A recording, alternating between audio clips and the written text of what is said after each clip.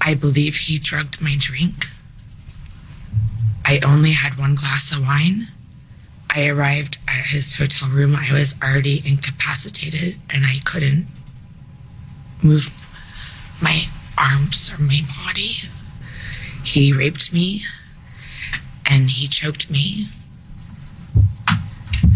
And while he was choking me, I lost consciousness. And I thought I died. Well, she has now reported those allegations to law enforcement, and investigators say the case is active, but still in the very early stages. Now, Swalwell, he is denying all of this. His attorney is calling the claims false, fabricated, and deeply offensive, and says that they plan to fight back in court. Now, the political fallout, though, that continues to grow. Swalwell, he has already stepped down from Congress after multiple women came forward with allegations of sexual misconduct and sexual assault. Senator Ruben Gallego, he's one of Swalwell's closest friends. He held a press conference yesterday to distance himself from the former congressman, saying that he had no idea about the alleged behavior. Let's listen to that. Should you have acted when you first heard these rumors several years ago?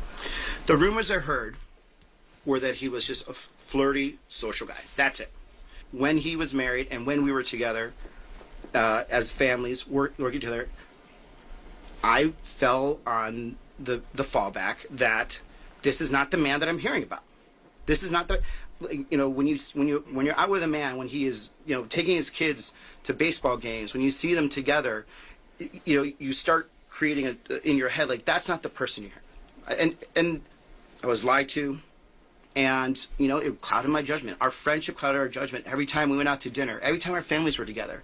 We would literally pick our kids up from schools, from practice together. Like, this is not something that just happens overnight. That's not your audio, ladies and gentlemen. The audio only came out on one side. So if your car is only a mono and you didn't hear anything for that 60 seconds, it only came out on one side of the speaker. Sorry for that. Go ahead, Mimi. I heard it. On both sides? Yeah. Something okay to me. No, it only came out on my... Yeah, it was choppy to me, too. No, it only came out on the right might side. Might have had a little stroke this morning. No, it only came out on the right side. But I tell you, though, in the case of Eric Swalwell, this is what's supposed to happen, right? But I just wish there was more consistency in regards to the law. Because, what you mean? Because when you have someone like President Donald Trump sitting in the highest office in the land who's been found liable of sexual abuse in a court of law, you would think nothing is disqualifying if he can still sit there and be president. But, right. Nobody in politics should be above the law, including the president. Yeah. I agree. Well, meanwhile, Governor Gavin Newsom, he has set a special election for August 18th to fill Swalwell's vacant seat in Congress. And, of course, we talked about him stepping down from the California governor's race due to all of these allegations. And really quickly, former Attorney General Pam Bondi, she was a no-show yesterday on Capitol Hill, skipping a scheduled deposition tied to the Jeffrey Epstein investigation. And she had been subpoenaed to testify before the House Oversight Committee about how the Justice Department handled those files. They said that the Justice Department, they said that subpoena no longer counts because she's out of office. But lawmakers say that's not how it works, and she is still legally required to appear. And now members of the committee, they're warning if she continues to ignore that subpoena, she could be held in contempt. Ain't gonna do nothing. Here's Congressman Rokana with that. Obviously very disappointing that Pam Bondi didn't come today, and we're going to be working to make sure in a bipartisan way that her deposition gets rescheduled, or she will be held in contempt, and we have the votes to do that. Well, contempt is a criminal charge that can carry up to a year in jail as well as fines. And meanwhile, Republicans, they are pushing back, calling the situation a scheduling issue and suggesting that she could just easily reschedule. So you see what I'm saying, though? The rule of law clearly does not work for everybody in politics. Eric Swalwell, an example of consequences and repercussions. Pam Bondi, kiss my ass. Y'all ain't going to do nothing. I'll show up when I want to. It's crazy. Yep. All right. Well, coming up at 7, a new study says people are tipping less. We'll tell you why many people are dialing it back and what it could mean for workers. All right. Everybody else, get it off your chest. 800-585-1051. If you need to vent, phone lines are wide open again. 800-585-1051. Get it off your chest. It's the Breakfast Club. Good morning. Wake up, wake up. Wake your ass This is your time to get it off your chest. Whether you're mad or blessed, we want to hear from you on The Breakfast Club. Hello, who's this? Good morning, Breakfast Club. Good morning, y'all. Welcome back. What's up, Trav? Peace, Trav. Welcome back. Welcome back. Welcome back. Thank you, How was Trav. y'all spring break? It was good, relaxing. How was Good. yours? You took some time off or no? Nah, I was at work every day while y'all wasn't at work every day. I wasn't here, but I definitely was working every day. Okay, well, no, that's right. Well, you should know what, why don't you want to get you the cocktail, Jess? Oh my God, because it was still like 30 minutes away from my church. I didn't realize that, like, because my church is in, oh my God, I forget that county of Jersey, but it literally sits on the line, Jersey and Philly. And so my husband ain't feel like driving all the way there. And to be smart, he was like, nah, we're going to go right here to this diner like a clown. So, and he was driving because I don't drive. Let me find out y'all went to Cracker Barrel. Cracker Barrel fire. I can't stand Cracker I Barrel. love Cracker Barrel. But the diner, no. I didn't say Cracker Barrel either. Why? Because of the name My Cracker? granddaddy used to love it. You can hear the slaves over there humming while every time you eating in there. And what's wrong with that? You think slaves didn't know how to make fire food? And don't call them slaves; they're enslaved people. But I like Cracker Barrel. I'm not running to go eat Cracker Barrel. But if there's one around, I'm going for breakfast. I also want to say congratulations, y'all, on being number one. Y'all number one on Netflix, right? Yes, sir. in podcast. Podcast, yes, sir. Okay, and I do want to say that I'm a part of that 13% who be streaming because I always make sure I go on my app and I always make sure I go back and I watch and listen to myself calling and talking to y'all. Hey, whatever you need to do, my brother. We appreciate it. Thank you, Trav. But all right, y'all. Bye. All right, boo. Bye. Hello, who's this? This is Sadiqa. Good morning, you guys. What's How up, y'all doing? Shadiqua, Peace, what's up, Shadiqua. girl? You got in 2 days in a row, huh, Shadiqua? Excuse me? You got in 2 days in a row. First of all, don't confuse me with nobody else. Oh, I thought I have not. I would only think sounds one similar, person but named Shadiqua in the world, but Her I name guess is not. Shadiqua with a D. I thought her name was Well, my Sadiqa. name is Sadiqa. Sadiqua, yeah. Okay, Shadiqua. Yes, what? Racist. Yeah. But this is what I was kind of, so I want to get off my chest. Charlamagne, you know how you just said that the laws pertain to politics and all of that? That's Yes. not true. The laws that the Pilgrim passed do not apply to us Negroes. I ain't talking about the Negroes. I'm talking about the white people in politics. Look what these white Republicans be getting away with. Like, the president of the United States of America has been found liable of sexual abuse in the court of law. Exactly, and he's a white man. And the white men out here on the streets, they don't get the same laws and practice that we get. Oh, I'm just talking about the politicians. I'm talking about Eric Swalwell and Okay, Donald so Trump. you just talking about them. Yeah. I was just talking about elected officials. Oh, well, it still applies to the same. It's the same thing. In the world, white men don't get convicted like black men. And we all know that. Yeah, that's a fact. Absolutely. Thank you. And that's all I wanted to say. You guys have a great morning. I got to pump gas, so I got to get to work. Yes, You all too, right. Sadiqa. Have a good one. Get it off your chest. 800-585-1051. If you need to vent, hit us up now. It's The Breakfast Club. Good morning. I'm dialing. Hey, what you doing, man? I'm dialing. I'm Calling you. This is your time to get it off your chest, whether you're mad or blessed. 800-585-1051. We want to hear from you on The Breakfast Club. Hello, who's this? Hello, what's your This is name? Mickey from Florida, the original OG Jess fan. How are y'all doing this Hey, morning? boo. What's How up, are you? Mickey? Get it off your chest. Oh my gosh, I'm good. Y'all, listen, I have been trying to call for a minute, but I saved it. I finally got through. Me and my daughter, big Cardi fan. We went to her second to last show last night. How was it? Baby, when I tell you Cardi shut it down. Absolutely. She bought out Trina last night. Where at? Where was that? She was in Miami. She bought out wow. Ozuna last night. Listen, she bought out Vibes Cartel. Wow. Listen, Party sold out Sunrise.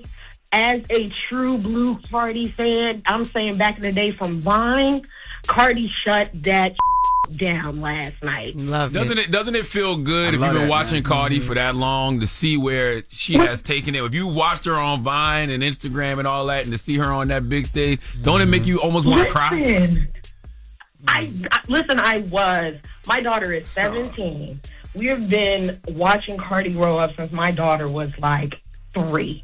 When I tell you we are fans, been riding out. I mean, my grandmother loves her some Cardi B. I'm my grandma. I love it. Not my grandma. I love it. So, I just wanted to call you guys, let you guys know, big ups to Big Barty, Vibes Cartel, Ozuna, Trina. I grew up on Trina. What song did Trina do? A day in my life. Trina did. I got ass so big like the sun. Hey. Of course. She had that. She had it turned.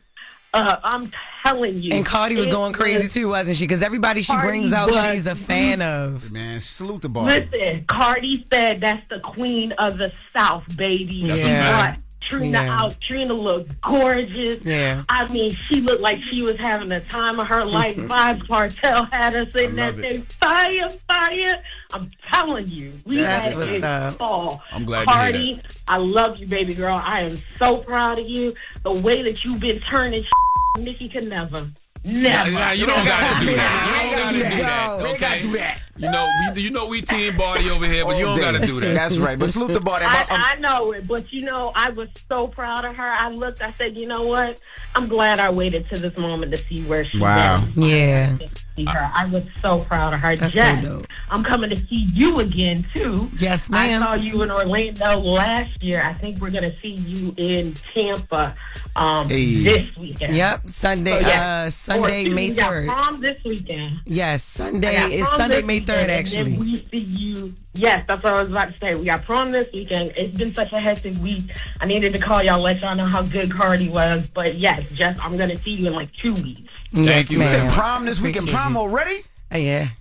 Yeah, for my little one. Yep, Wow. She looks gorgeous. We did prom shopping last month. Prom season already started. It's just been a great week. We saw Cardi, and then my baby got prom. So. There you go. You getting money. I love her energy. She is fire. Had the same energy May 3rd in Tampa when I see y'all at the Ferguson Hall, y'all. And she getting money. She got money for concert tickets. She got money for her daughter prom. prom. All She that. want to see Jess. That's All right. that. She getting money. Salute the Barty. A friend of mine, one of my closest friends, went to go see Barty in her last show, and he just said it was amazing. That's said it was what's up. really dope. Said it was turned. Said he said he had a good time. He brought his wife for her birthday. So what's up, that's Danny? fire. Salute the Barty too, man. We love you, Barty. Get it off your chest. 800-585-1051. When we come back, we got the latest with Loren coming up. What we talking about? Yes, if you are a big Dave Chappelle fan, I have really good news for you. Ooh. Alleged news. Not alleged. It comes out of his mouth, but we'll talk about it. All right, it's the Breakfast Club. Good morning. You're talking LL Cool, babe. Yeah, I'm not dumbing myself down. I'm being myself. That source is trusted. I'm the homegirl that knows a little bit about everything and everything.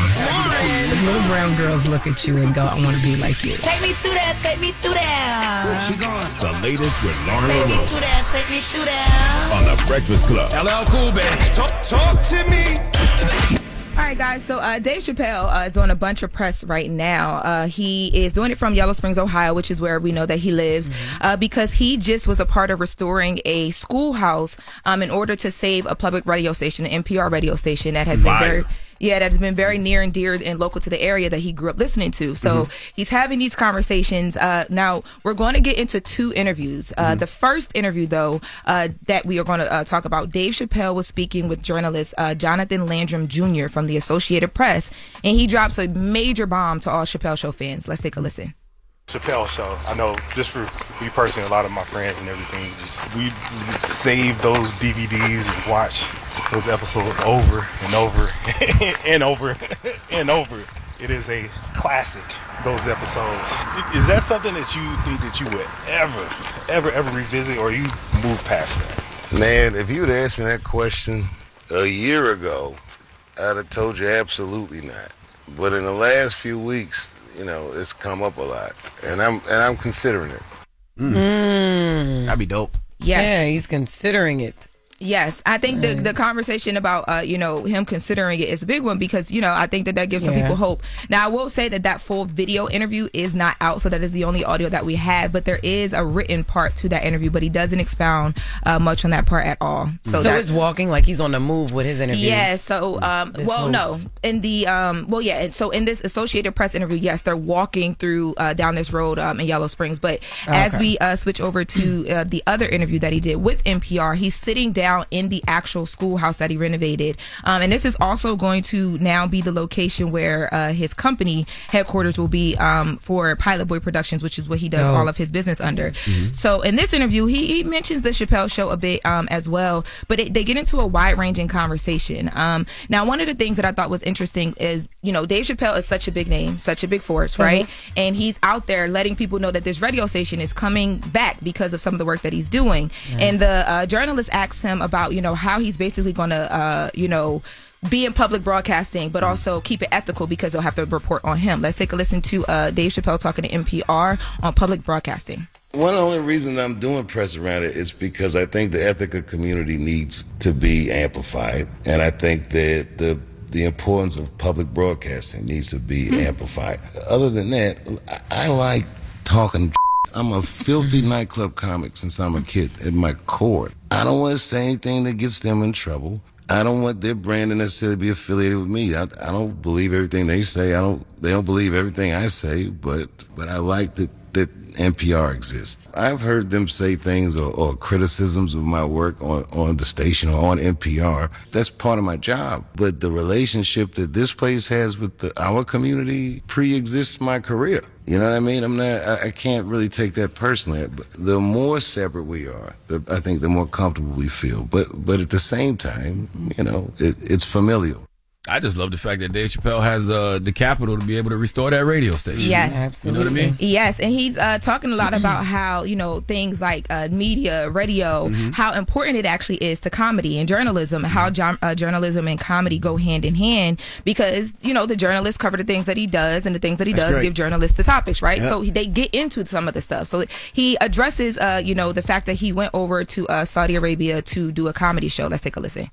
I know you're talking about the Comedy Festival in 2025. You did get a lot of fall. You did get a lot of, pushback. You had no qualms? I must say that they asked me to go years before that, and I said no. Since that time, the United States government does business with the Saudis. Netflix does business with the Saudis. Everyone, the Saudis finance tons of movies, and none of these things were an issue until I went there. As soon as a black man can make money off the plantation, they try to tell you that the money is dirty. Well, okay, I'll go home and spend the money with actual slave owners on it. If you want to be that pure about money, then stop driving your car, stop eating, don't use your cell phone. Everything is tethered to something that's just terrible. And I can make a million excuses or reasons to deprive that crowd of that show. But man, when I was standing in front of them, I feel like I did the right thing.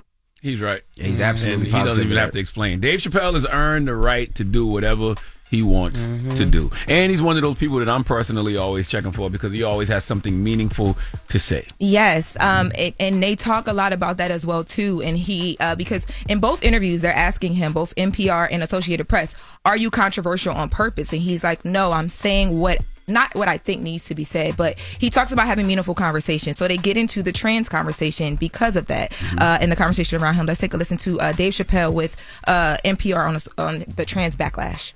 You are not a trans person. There are people who feel like it's different when you are part of the group that has been attacked. What do you say to people who feel that in some occasions you're punching down? Okay, this is a conversation that, You're bored by? That's a tough one for me because so much of that was a media phenomenon. What was happening in actual life versus how the media was reporting on my show. And I feel like the way they reported on that show was rage baiting to some degree. And there's so many different branches to talk about it. But I would say that, not everything is for everybody. If they bought tickets ever, maybe I'd listen.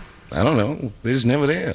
I don't even know who's telling them I say these things. They almost reported on it as if I was doing something other than a comedy show. Listen, Dave expresses his freedom of speech, and people have the freedom to critique said speech. That's it. That question is funny, though. You're not a trans person? Well, she was talking about the fact that, like, some people feel like he's punching down because he jokes about communities that they feel like he's not in. That's what the question was leading up to that. That's why she said that. Dave can identify as whatever he wants to identify as. And now he's identifying as a major force in media. Anyway, do we want the Chappelle Show back? What do we think? Absolutely. What do you mean? I think so. Hell yeah. I think I wouldn't see him in it. I don't see him doing it.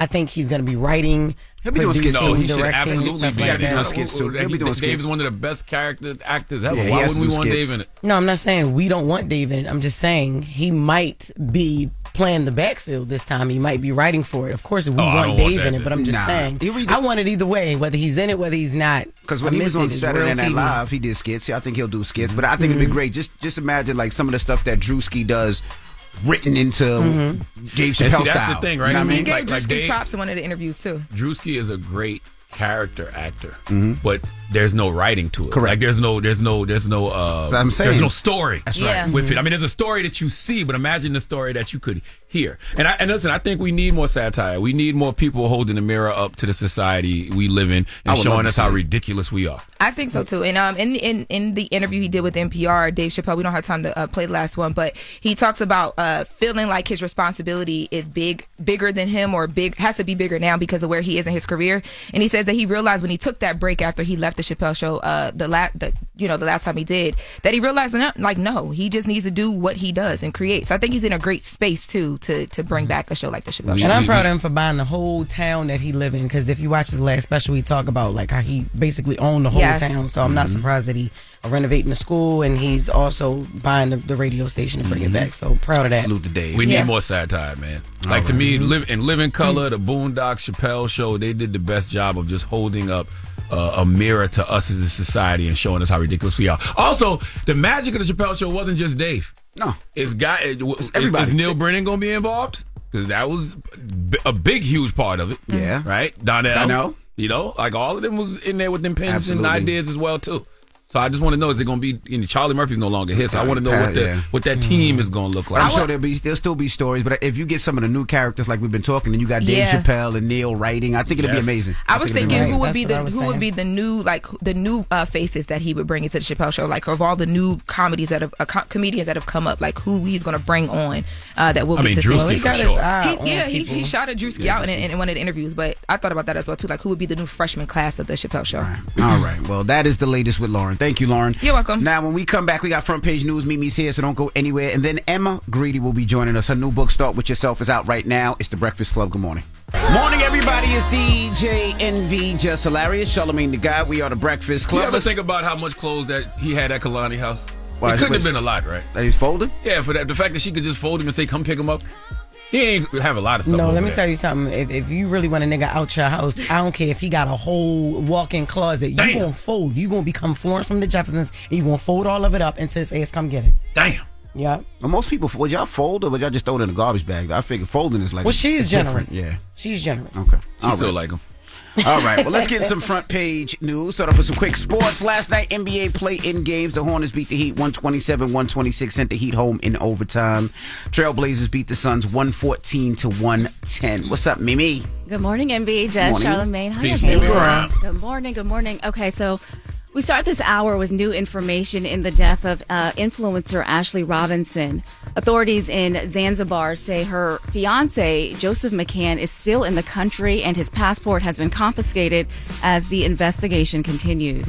Now, Robinson, she's known online as Ashley Janae. She was 31 years old. Officials say she died at the resort there in Tanzania, and they are calling it a suicide, but her family says that they don't believe that, and they are still demanding answers. Now, police say Robinson was traveling with her fiance, and the two had what's being described as a domestic dispute at the hotel. And so we talked about this a little bit yesterday, but this morning we have a few more details about that domestic dispute. So staff, they separated them, placing them in different villas, which they say was about an 8 to 10 minute walk apart. And so just hours later, around 2 a.m., Robinson, she was found in her room unresponsive. Authorities say that she was discovered by her fiance and a hotel staff member, raising concerns about what led them to check on her in the middle of the night in the first place, right? And her parents, they are now calling on the resort to release any security footage they may have. Let's listen to her father. If there's security footage, that will tell the story. So we just want to know if there's any security footage, if there's anything just to saying that what he's saying is true. Sounds to me like Joe McCann's going to end up in handcuffs. Yeah, I mean, that security footage would show if he went to that villa beforehand. And think about it, like we've all, got into an argument with our spouse, right? Yep. But how bad was that argument that they split him up and put him in another villa? Yeah.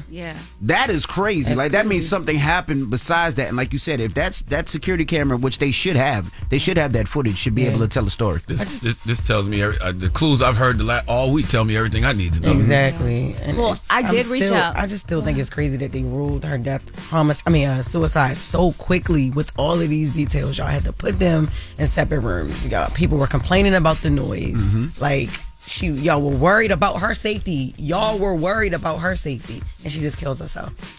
Yeah, I mean, I reached out to the hotel to get some more information. They did send me back a statement, and they just said that the management at Zuri Zanzibar, they are deeply saddened by the tragic incident involving one of our guests, and our sincerest thoughts and sympathies go out to the family and the loved ones. We are providing our full cooperation with local authorities and the U.S. Embassy, and to respect the privacy of those involved and to ensure the integrity of the official investigation. We cannot offer any further comment at this stage. And we got to keep talking about it. We got to keep the pressure on, because absolutely. if not, it'll be like, what's the lady who's lost her mom that we still never found her mom? Guthrie, and it just Savannah went Guthrie. right out the window. We don't even talk about it anymore. Yeah. And we don't know what happened with that situation. So Yeah. we got to make sure that remains in the news. Absolutely. And so the family, they've started a GoFundMe page. They're trying to raise money to get down there to see what's going on with their own eyes. And the fiance is still being questioned. No charges have been filed, and the investigation remains active. You said he's in this country? No, he's Or still he's there. yeah. He's still there. Oh, yeah. Yeah, they got his passport. He can't leave. He can't leave. And he's somebody, right? Like, isn't he like the CEO Got a lot of some money. company? He is, yeah. I think, is it a A crypto company? Yeah. Mhm. Like a crypto hedge fund company? Yeah. So, and that medical examiner report is still pending, which is key because they said that will also tell us her, to your point, Jess, how she died, determine the cause of death. So, we'll continue to follow this story. And switching gears just a little bit. So, FIFA World Cup. It is coming up. So if you plan on going and you plan on taking the train from New York City to MetLife for the FIFA World Cup, get ready to pay a lot. So there are reports this morning that train ride from the stadium could jump to around $100 on game days. So to put that in context, that same trip typically costs about $13, about $12.90 to be exact. So we're talking roughly a 700% increase. And so this is coming from New Jersey Transit officials, though. They say pricing isn't finalized just yet, but if it does happen, this would apply to everyone, including seniors, kids, riders, people who usually get those discounted fares.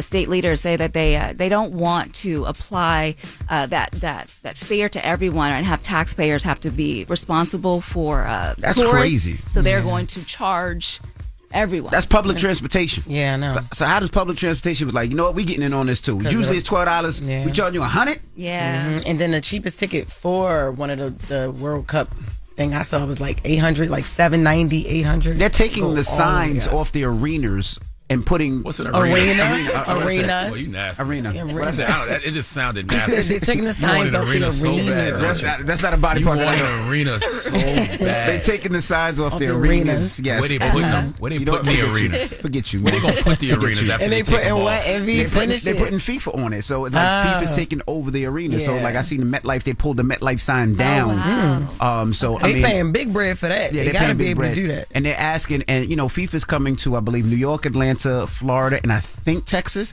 So what they're doing is they're telling you if you own a home in those areas, you can rent out your homes and make $10,000 to $30,000 for renting out your Airbnbs home and for stuff. Airbnb because people are flying in and they need a place to stay. Hotels are too crazy. So Damn. That's a lot of money. That is a lot So of money. listen, the public transportation is only going to be to take people to those things? The FIFA? Well, Or whatever? if you want to take public transportation from Manhattan to watch the games or to areas to watch the games, we're usually What if I'm coming into Manhattan for something else? Right. Are you still going to charge me? On a game day, If it you're on a says game day, they charge you. Oh, that's not right. Damn. That's what I'm saying. Damn. That's It's not not right. right. People still got to go to work and other things. Like, that's not right. Yeah. They charge you. Yeah. So Yeah. when you add it all up, expensive game tickets, high hotel prices, parking, it's gonna run So you in you the telling hundreds. me that on a game day, if I just want to come into the city for something regular, they going to charge me? If you want to go, if you're taking a train That on don't sound game right. day, I don't even think that's legal. Can they do that?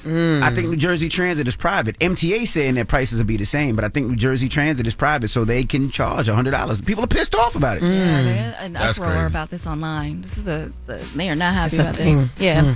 All right, and so really quickly, today is tax day. So if you haven't filed your taxes yet, today is your deadline. You have until today to file your return and pay what you owe. If you're not ready, you can of course file for an extension. but you will still need to pay what you owe to avoid penalties. So, or you might get money back on the positive side. Or you might. I'm just saying. I just want to give people, just the real. Yes, or you could get money back. That too. All right, y'all. Well, that is your front page news. I'm Mimi Brown. Follow me at Mimi Brown TV for more stories. Follow the Black Information Network. I don't even know why you reminded them. They already know, but damn, it feels like you reminded the IRS. I was like, today is tax day. Where my goddamn money at? Okay. All right. Everybody else, when we come back, Emma Grede will be joining us. Her new book, Start With Yourself, is out now. We're going to talk to her Emma getting next. too much money. It don't even make no sense. Skims is worth like $5 billion. Good. What's it called? Good Americans. Good worth American. like $3 billion. She getting too much money. A lot of money. It's the Breakfast Club. Good morning. Morning, everybody. It's DJ NV, Jess Hilarious, Charlamagne the Guy. We are the Breakfast Club. Loren LoRosa is here with us today. We got a special guest in the building. Yes, indeed. She has a new book, Start With Yourself. Emma Grede, ladies and gentlemen. Welcome back. Thank you for having me back. How you feeling? I'm feeling great, actually. Great. The book comes out and I'm just like dying right now. Big entourage, 50 people at least. Always, Charlamagne. 51. I learned from the best. 51. I learned from the best. And when do you have time between running businesses? When do you have time to write this book? I think it's like, for me, it was super important to do it. And I've been thinking about it for the longest time because I've learned so much over the years. And it was important to me to answer the questions that I get asked over and over again. And there's no way that I can answer every DM. I can speak to every woman at the end of a conference. So this for me was actually something that was really important to get out there because I think the idea of what it means to build a business has been really warped by social media.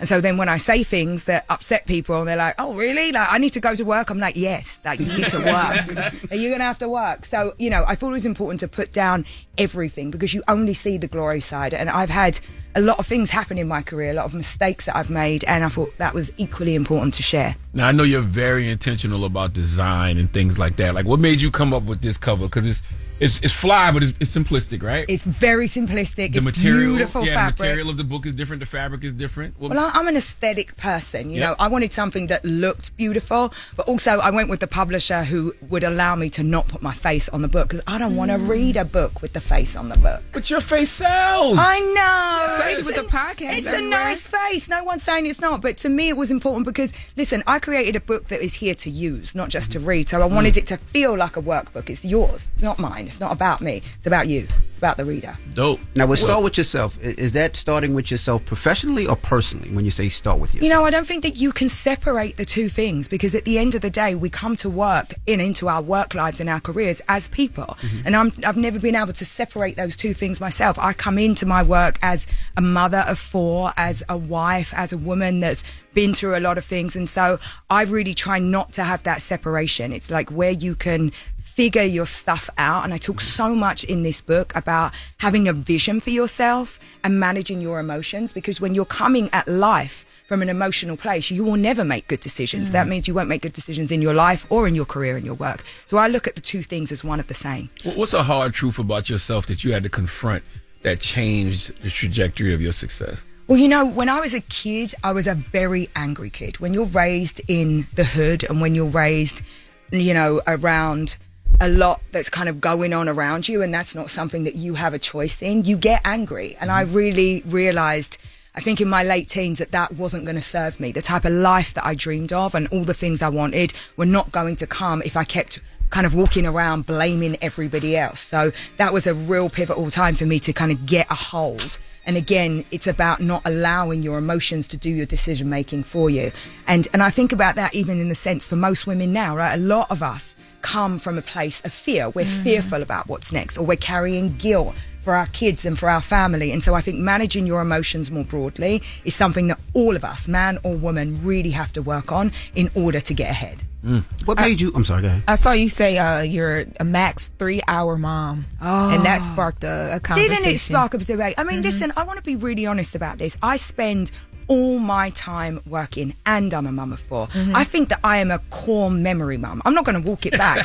Like, I'm somebody that really, really cares about the big things, the big moments, Christmas, Thanksgiving. But let's be honest, if I've been at work all week, Monday through Friday, and I'm with my kids all morning on a Saturday, there's time that I need for me. And I say things that a lot of people think. I think that most mums, after playing with their kids and taking their kids to the birthday parties and getting up on a Saturday and going through their house and running the errands, are exhausted. So I'm just being honest. Any husband who's married, like, I am, like Envy is. We have 4 daughters. We understand exactly what you mean. No way. We know exactly what our wives need breaks. Right. And yes, they do. All women need breaks. Yes. And what I want to do is destigmatize the idea of what it means to be a mother who works. And at the end of the day, it's like, if I'm good, the whole family's good. But that it takes a village. And I think this idea that we're all doing everything ourselves, that you have to constantly be in service as a woman to your family, to everyone around you, is unrealistic if you're going to be successful. So let's just call it what it is. It's like, I am a really great hands-on mum, but I also need to look after myself, and I prioritize myself often, and I don't want to have to walk around feeling ashamed at doing that.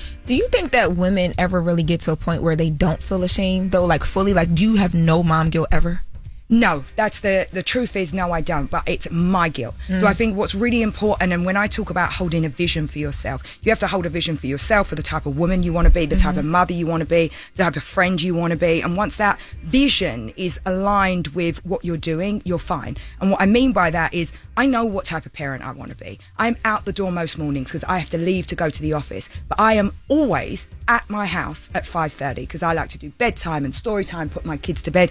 That's my choice. That's what I like to do. So I measure myself by my own set of standards, by my principles, by the way I want to parent, not by what I see on Instagram or what I see other mums at the school do. That's what makes you miserable. That's what gives you this heavy sense that I'm in some sense of guilt. So I think hold a vision for yourself and work towards your own vision and version of your life, and don't be held to anyone else's standards. Now break down what the 3-hour max mom is. So for people that don't know, that's listening. I mean, you could clarify, but the comment that I read, Wall Street Journal, right? It was the Wall Street Journal. Good old Wall Street Journal. Yeah. Thank you. Just to make it very, very clear, is that on a Saturday, after 5 days at work, I go in the office every single day. I come home every single day. By the time it gets to midday on a weekend, I'm pretty done. I'm ready to go and do something for myself. Yeah. That doesn't mean I'm sitting out by the pool, lounging around. Anyone who's a mum of 4 knows that that's not the case. But it's like, do I want to be down on the floor, like driving cars with my 4-year-olds all day? No. That's the honest truth. And so what I try to do is think about, what do my kids really need from me, right? They need someone that they can rely on. They need a mum that loves them. They need somebody who creates the best, life for them. That doesn't mean that I need to spend every single waking hour orientating myself around their needs, because my job and my life is bigger than that. Just because you're a mum of 4, I don't think we all need to sit here going, that's the only thing that I do. Right. It isn't. Can you tell that to my 4-year-old when this is over? Can you please? Because I'm tired of playing Barbies on the weekend. And Listen, I love playing Barbies for an hour.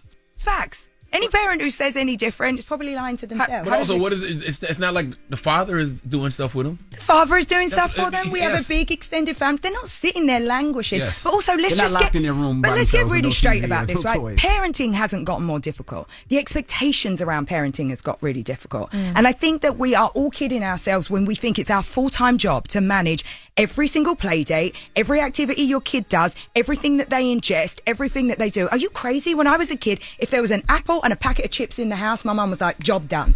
It is not our jobs to usher our kids through every single moment of the day. They will figure it out. It's fine for them to get bored and put on the TV. Oh my goodness. So you don't think we should micromanage? No, I don't think we should micromanage anything. And again, I think that my job as a mum is to really make sure that my kids are safe and well and fed and looked after and loved. But I don't think that every waking moment of their 24 hours is my responsibility to manage. No. And would I be this successful if I did? No. In a lot of conversations, especially up here, when is the right time to have a family? Because you talk about that.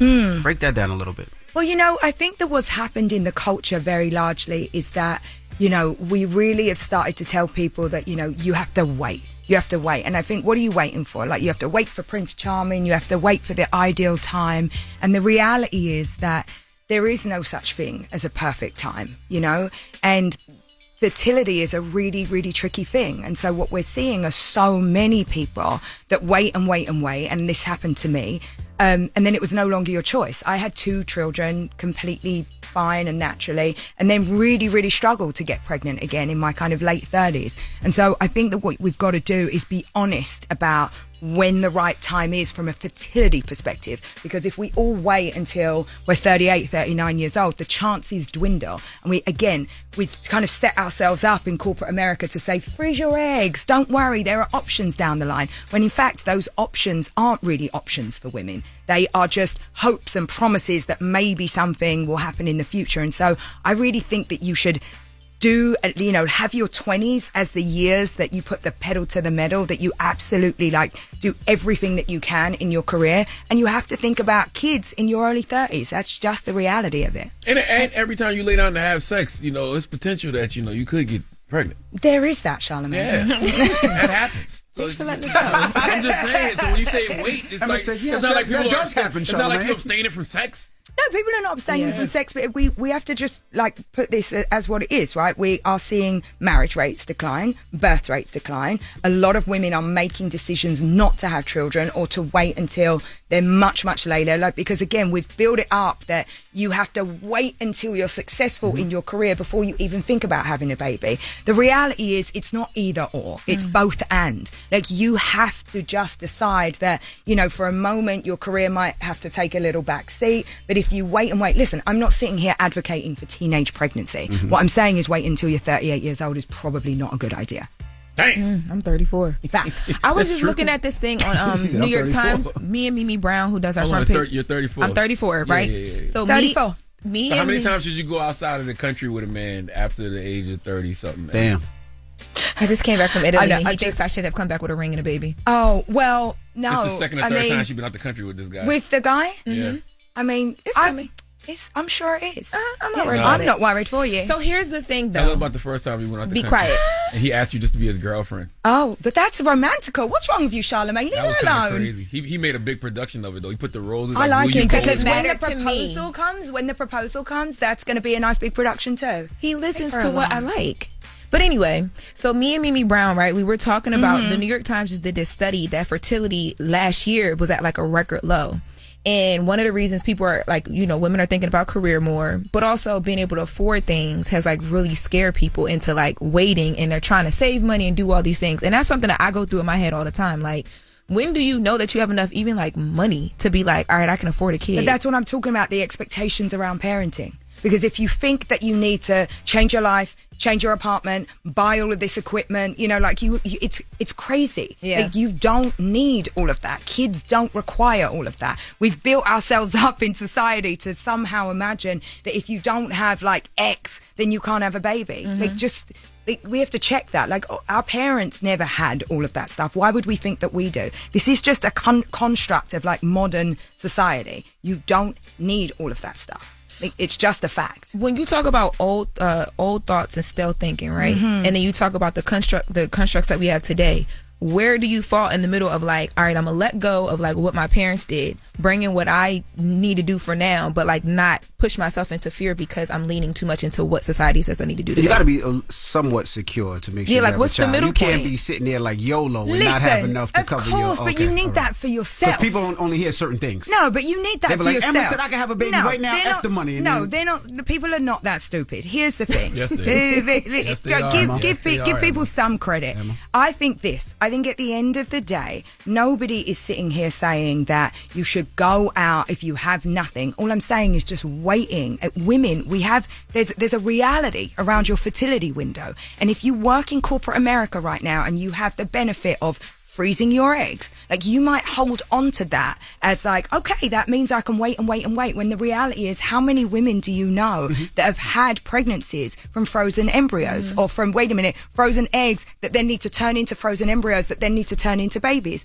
It's actually really really difficult. And so when we talk about these things, there's just a lot of nuance to them. We can't just think about wanting to be a parent and saying, well, I'll just kick that down. It's all I'm saying in my book is that it's something for consideration, for thought. And again, we don't talk about these things enough because the common wisdom is, I will just wait until I'm ready. I'll just wait until I've got enough money. I'll just wait until I'm in a better job. I'll just wait until this. And a lot of then women the choice is no longer yours. You're It's just 42 and it's not your choice. But we would never have kids if that was the case. Because, even now in America, I think 60% of all people live paycheck to paycheck. When has there ever been a time in America where majority of people can afford to have a baby. I think one of the constructs of today that I know you talk about, like, isn't really possible is work-life balance, right? Mhm. And like people, for me, one of the things I always think about is like, all right, I don't know what a pregnancy is going to be like, if I'm physically going to be capable of getting up and appearing somewhere every single day. So then what happens? And I can't predict that. And for a lot of people, that part of it, but also when you have the kids, how your schedule changes and everything you have to adjust to. What do you lose? What do you gain? Like, it's like fear of the unknown. It's called a trade-off. It's called life. Like, seriously, women have been having babies for centuries. Like, you think they couldn't make them way into the radio and sit down to, like, have a chitty chat? Like, I've had... No, but I'm deadly serious about this, because that is how people think. Like, but what if I have to sacrifice? But what if I can't do something? Yeah, and yeah, and yeah. Like, you have to sacrifice. There has to be a trade-off. Everything you get in life comes with something else you have to give. That's I just think that we're in a generation where we're all sitting here going, oh my God, something has to change. Yeah, it has to change. You have to say, I'm going to sacrifice something because there's this other thing on the other side. But that's no difference than when we're in business. Everything that you want is on the other side of fear. Every good thing that's going to come to you requires a bit of a trade-off. Why we think that we're going to get everything that we want and give nothing is just setting people up to fail.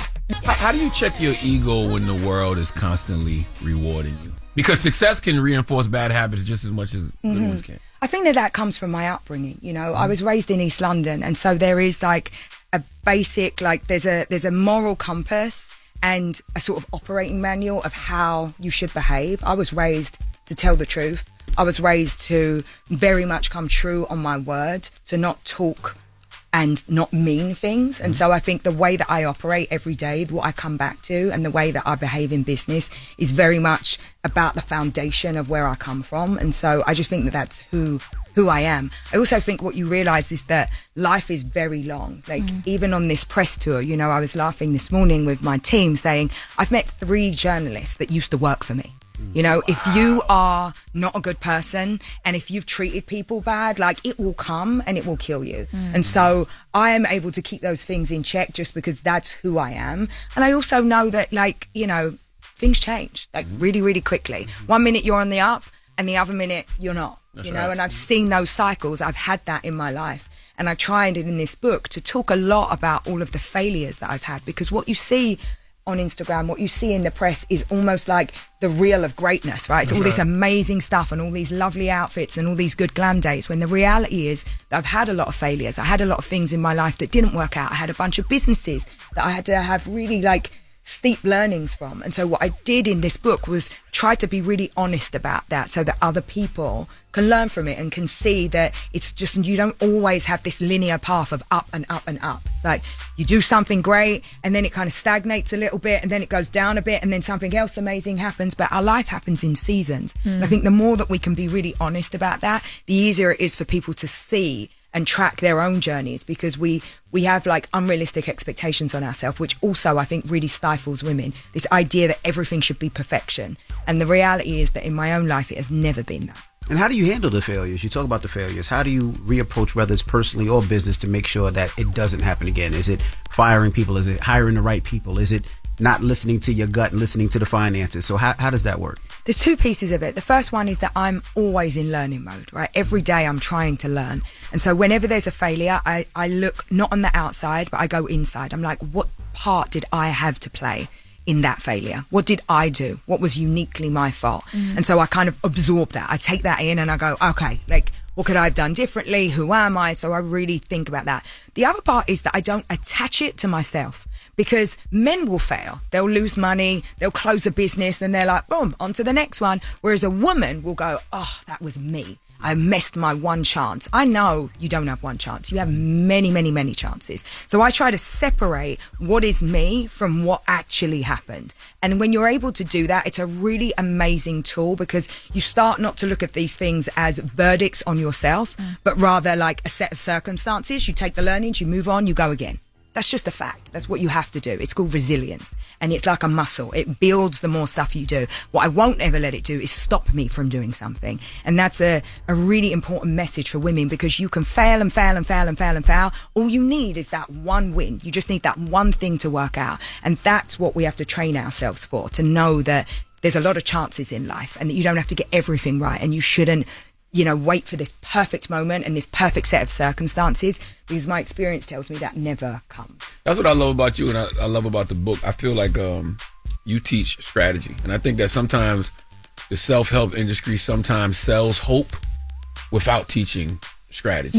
Yeah, that's what, for me it was really easy. I wrote the book almost back to front in typical dyslexic fashion, because it was so easy to write about building a brand and a business and career. I spent 15 years working in corporate leadership, all of that, money, trade-offs, easy for me to write. But the reason I've been able to do that is because I've managed my emotions. And this part about holding a vision for yourself is very important, because it isn't about manifestation. It's not about vision boards. When you have a clear vision for yourself, meaning who you are and what is important to you and what do you want in your life, it really crystallizes how you should spend your time. What are the ways that you should use your energy and use your gifts? But it's really important to have that vision for yourself and to hold it in high regard. And so the book really starts in that place of figuring out, not like, my vision is I want to be rich. No, it's like, how do you want to live? How do you want to spend your time? What type of person do you want to be? And then you make your decisions and you create your goals coming out of that. You talk a bit about, in one of your interviews I saw, you talked about how women don't want to talk about money.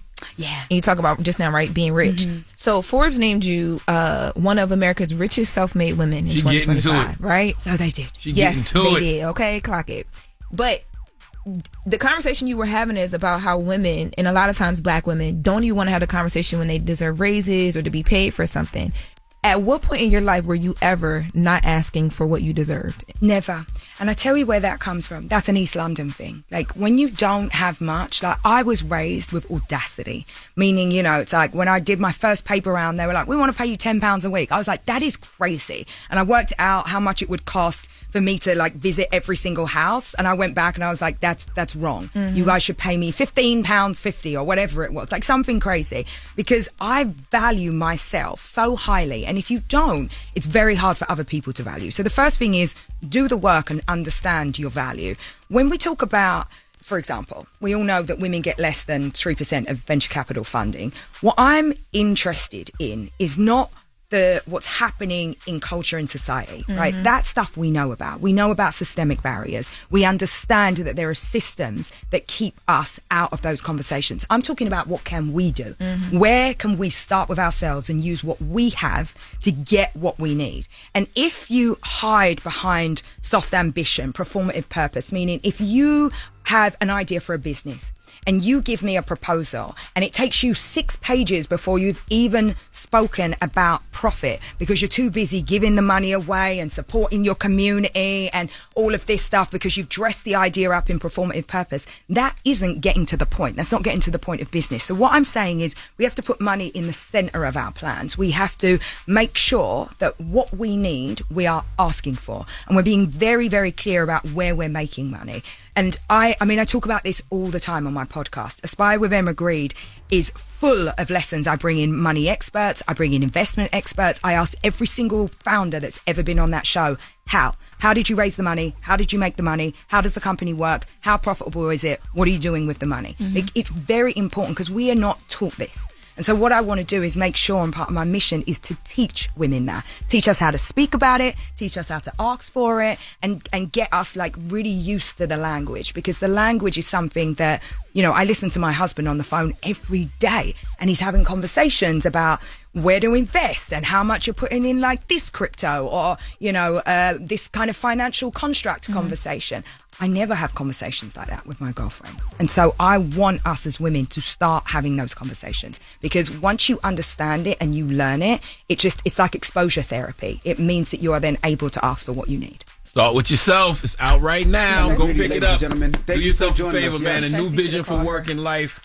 Emma, I love you, man. I really do appreciate you and the information you put out there. I appreciate you so much, and I have to say, I'm so happy that you're doing my show in New York. You were literally, I wanted to make sure that a man was going to be in, and the idea that you're there with Martha Stewart is literally, he's the man. Oh, okay. He's the man. Shut up. She said real man. She said any type of version of it. Martha Stewart, Charlamagne. I'm just waiting for it. I'm loving it, but it's important. Listen, it's sold out, right? But we'll make it. It's at Adler Hall, and it's 7 p.m. Right? 7 p.m. Thank you very much. Adler Hall. We're having a conversation, myself and Emma, about her book. Start with yourself. A new vision for work in life. No, I knew about that. He's a maximum 2-hour know what he's supposed to do person. I really relate to that. I'm the same. That's why I'm looking around. I'm going. I know what's happening next. next. He's punctual though, and he's going to show up. He read the book. But listen, he's great, and we're going to have a great conversation. And I think it's very, very important because we also, I'm all about women supporting women, but we will need men too. Okay. All right. Well, it's the Breakfast Club. It's Emma Grede, ladies and gentlemen. Thank you. Let's get to the latest with Loren. Your talk, LL Cool, babe. Yeah, I'm not dumbing myself down. I'm being myself. Sources trust. I'm the homegirl that knows a little bit about everything and everything. Little brown girls look at you and go, I want to be like you. Take me through that, take me through that. Where's she going? The latest with Loren Take me LoRosa through that, take me through that. on the Breakfast Club. LL Cool, babe. Talk to me. All right, guys, so real quick before we get into the hour, we talked about Chris Brown and Usher going on tour. Yes, we did. Yeah, so yesterday they actually dropped tour dates. So they're going to be everywhere. There's a ton of tour dates, and they say in the caption, if you don't see a certain location, don't whine, don't complain, because there will be more dates added. But you can sign up for pre-sale at RaymondandBrownTour.com, and they'll be here in Jersey at MetLife Stadium in August. Okay, cool, because I did. Kicks off in June. Yeah, because I was like, why not MSG? Why not, you know what I'm saying? Because that would be an easy sell. Yeah, well, they say that there's some more dates coming. I see people in the comments talking about Philly as well, so we keep you guys updated there. Now, switching gears a bit. So last week, coming back this week, we talked about the fact that Offset was shot outside of a casino in Florida. Well, yesterday, the FBI in Miami released a statement to press and let us know that they are now going to be taking over the case. Now, a lot of people are probably wondering why the FBI is getting involved. The FBI in Miami said that they're getting involved because the shooting happened on federally recognized Native American land, so it's a jurisdiction thing. And they released some photos yesterday of suspects that they want to talk to, and they're asking, anyone with any information to send that over because they're trying to figure out what went down, who, what, where, when. So there's about 7 photos. I know that people were mentioning little TJ in the conversation because it is alleged that his crew was fighting with another crew, and then the shooting happened. But little TJ was not in any of those photos that I saw that were issued. But there will be some updates. Do we know why the feds are picking up the case, or do we know why it's not a state emergency? Yes, because it's on a federally recognized Native American land. Gotcha. Is what the presser says. And they also specified that Offset was shot in his leg. Okay. Yeah, I know that was like a thing. But Offset is doing well, so happy to see that he's doing well. There'll be some updates there. Now, you need to lock up whoever shot Offset. You know what I'm saying? Because the reality of the situation is that person is out here to shoot you too. That's the truth of the matter. If you shoot somebody like that, wasn't it in broad daylight? Yes, in front of the casino, in front of the casino, in Florida, a tourist area. If you do something like that there, you'll do something like that anywhere. And lock his ass up. They have photos of a Suburban and a Tahoe that they allege that the gentleman got into. They have photos of some of them walking around the casino. So once they get some more information, I'm sure we'll see arrest warrants and stuff like that. So we'll keep you guys updated. Lock his ass up, whoever it is. Well, speaking of, locking up, Pooh Shiesty, back to that conversation again. So Pooh Shiesty's attorney, Bradford Cohen, we talked about him a bit up here because he gave us a statement when everything first happened. He sat down with Law and Crime TV and broke down some of the evidence that the government is saying that they have when it comes to the alleged kidnapping and robbery of Gucci Mane and some others. And Bradford Cohen is basically saying that a lot of this is BS, as we talked about before. So they talk about specific evidence. They go into the fact that Pooh Shiesty and his dad were allegedly caught on camera going into a Staples, printing something out. Let's take a listen to Bradford Cohen explain that. First, let me just address the Staples thing. I don't even care if they're at Staples. Like they're going to a recording studio, and normally my clients usually print off the lyrics for different individuals. If you have 5 individuals that are going to be on one record and they each have a section or a part, they'll usually print those things off. So I really didn't care about the Staples thing. The electronic monitor, again, people will tell me, oh, we have this data. And then when I get it, it's typically not what they represent. Now, I don't know. It could be exactly what they represent. And if it is, then we'll deal with it. Then, then we don't say a certain defense of, oh, well, he wasn't there or he was in the area or whatever it is. We have to create the defense and create a way to make sure that they're held to their burden, the government. So it doesn't matter what they say, it's matter what they have. Who is he talking to and why? Like, shouldn't he be in his office with his team, coming together with a plan? Yeah. Like, who is he? Is he explaining this to the media? It's like he's fighting social media. That's right. And that lets you know that the court of public opinion weighs heavy in these cases. And remember back in the day when they used to tell juries not to, stay off stuff. And stay off social media, stay off television, don't watch the newspaper. Yeah. But them lawyers know that. So he's having that conversation just so he can get the court of public opinion on their side. But this is what I never understood, right? So you say that to, like you said, to the press. Now, I'm the attorney working for the government. I know what you're fighting. I know what your plan is now. Now there's no surprise. I can, fight what you're saying. I can go to Staples and see if somebody actually seen the lyrics because, let's be honest, have we ever heard anybody print out lyrics and bring it to the studio? No, to be honest, I don't be in the not studio, but I didn't know that Not was these what days. happened. I've never seen that in my life. Yeah, me either. You used to be a rapper. Did you print out your lyrics, Charlamagne? I never heard that one in my life. Yeah. You got Staples in your head, though. Okay. All right. Oh my God. We are going to move on. You know how you're so upset. All right. Now we're going to move on. Okay. So, do you? Don't let him fluster you. Go. No. I'm trying to figure out if I should play one more audio because he gets into another piece of the evidence. Let's do it. He gets Bradford Cohen talks about the digital evidence. So remember, Charlamagne, you asked me like, oh, I thought they had video and this and that. He also goes into that. Let's take a listen. Yeah. Digital evidence, right? It's surveillance, it's rental records, it's cars, GPS. Talk to me about that. The most that does is put everyone at the scene, right? It still doesn't say if a robbery occurred, doesn't say that a kidnapping occurred. You have to travel. Federal kidnapping. You have to travel in order to complete the crime that you are accused of.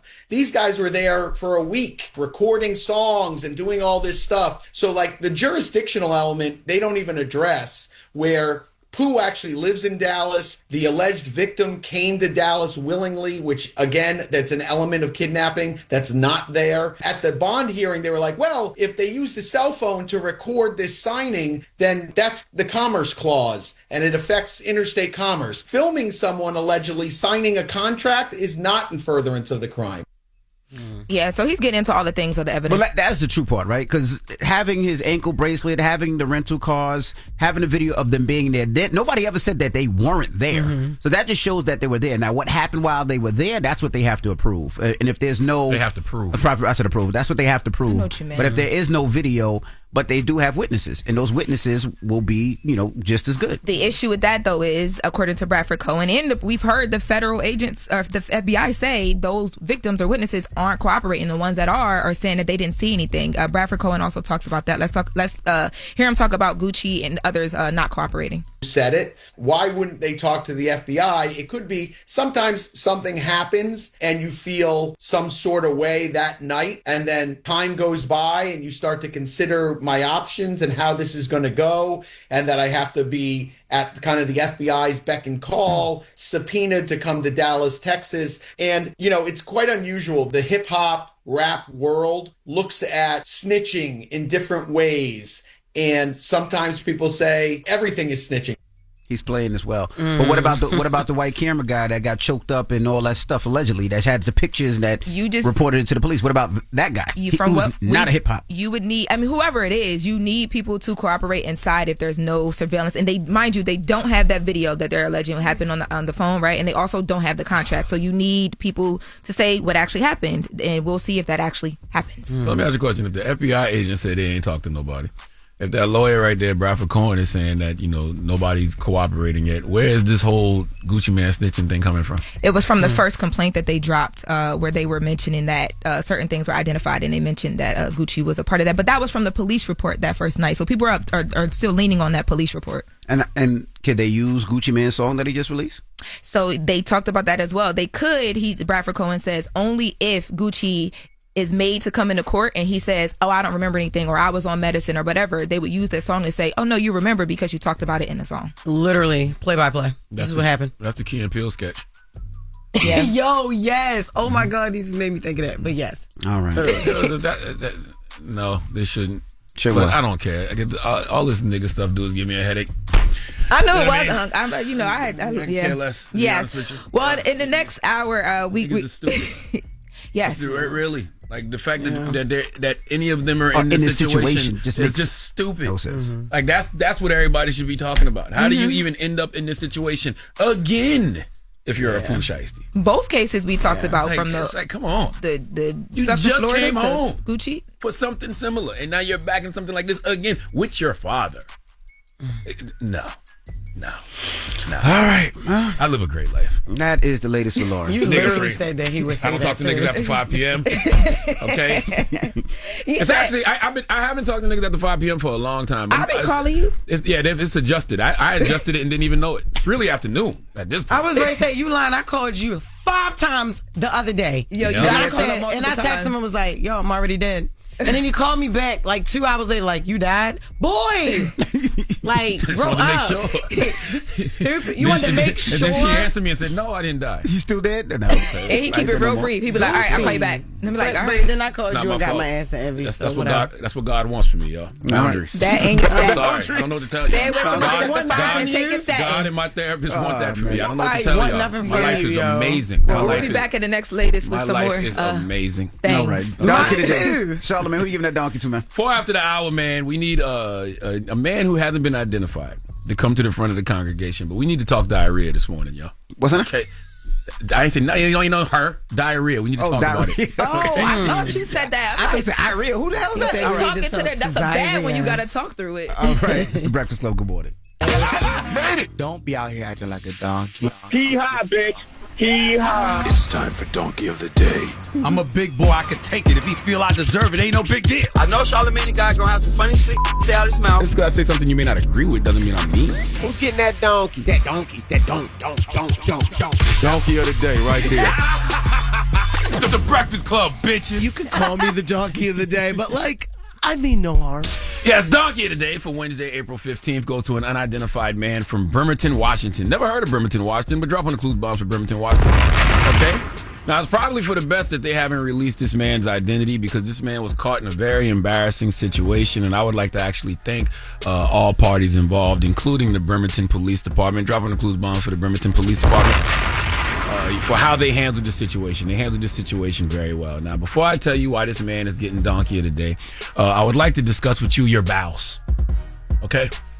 Not just your bowels, because if you're healthy, you should have a bowel movement a couple of times a day. What I would like to discuss is when you're climbing up a ladder and you feel something splatter.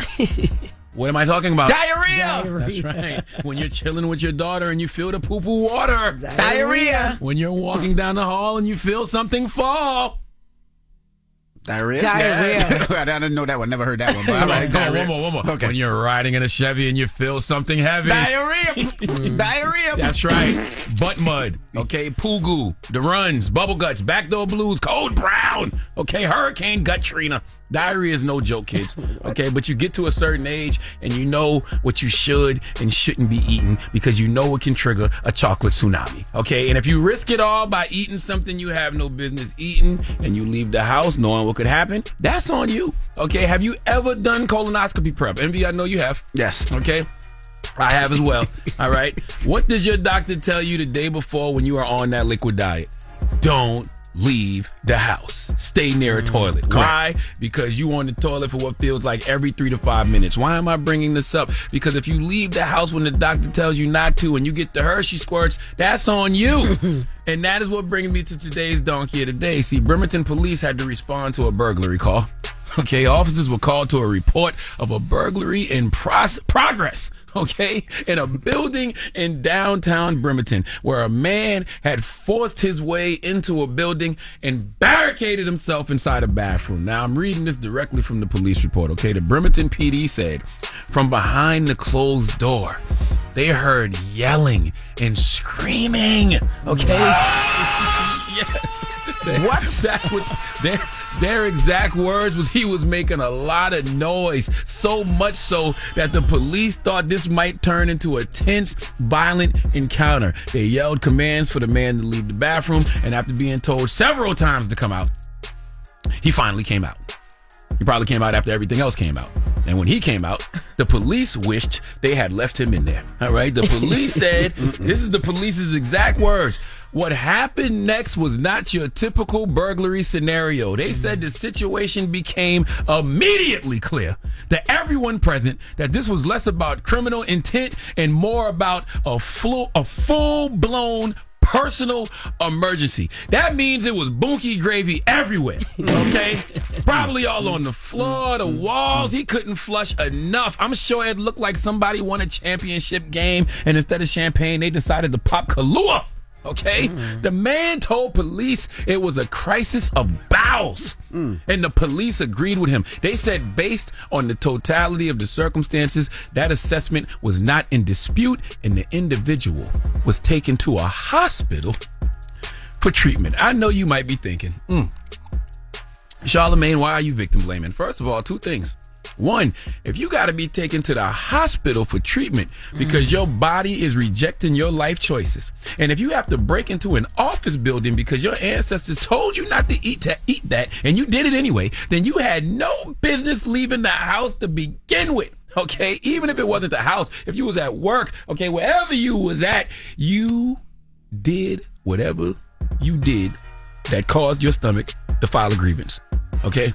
You did that, all right? So wherever you was at, you were supposed to stay there. You can't be out in the wild when there's potential for a brown flame. Okay, when your stomach and ass come together to go rah-rah like a dungeon dragon, you will absolutely be changing your drawers. And you knew better. You knew better. You knew not to leave that house or wherever you was at. That's why they tell you to trust your gut. Please give this brother the sweet sounds of the Hamiltons. Oh, now you are the donkey of the day. You are the donkey of the day. Yee-haw. You know your stomach. You know your body. Trust your gut. Sometimes it's unexpected. Y'all know that happens sometimes. Happened to me once in my life. I went to a Jamaican restaurant in Columbia, South Carolina. Used to be called, I don't even know if it's still there, but it used to be called Cool Runnings. Cool Runnings? Yep. And whatever I ate the night before came out the next day. Next day, though. You know what I mean? So that was unexpected. Right. Okay? Yeah, that happened to me up here a couple years ago. I remember when you threw your drawers in the underwear. Damn, boy. And the janitor found them and had no idea what the hell we be doing at the Breakfast Club. That was actually the custodian's complaint. I don't know what they be doing in there, but I found some red underwear. That's not true. With brown stains in them. That's not true. Oh, no. I thought it was gas and it wasn't. So was that sound you? That was you? Might have been. Crazy. Might have been. And that happened. You've been working up here, what, 3 years now? And that happened to me a couple times up here. I ain't nobody no couple now. See, something wrong now. See, that's loose booty. Okay? You don't remember her running out? He not talking about me. Oh, I thought you was. No, I thought you said you did it a couple we're times. not talking about me. Okay, I'm talking about you. No, that's because I don't have no gallbladder. What?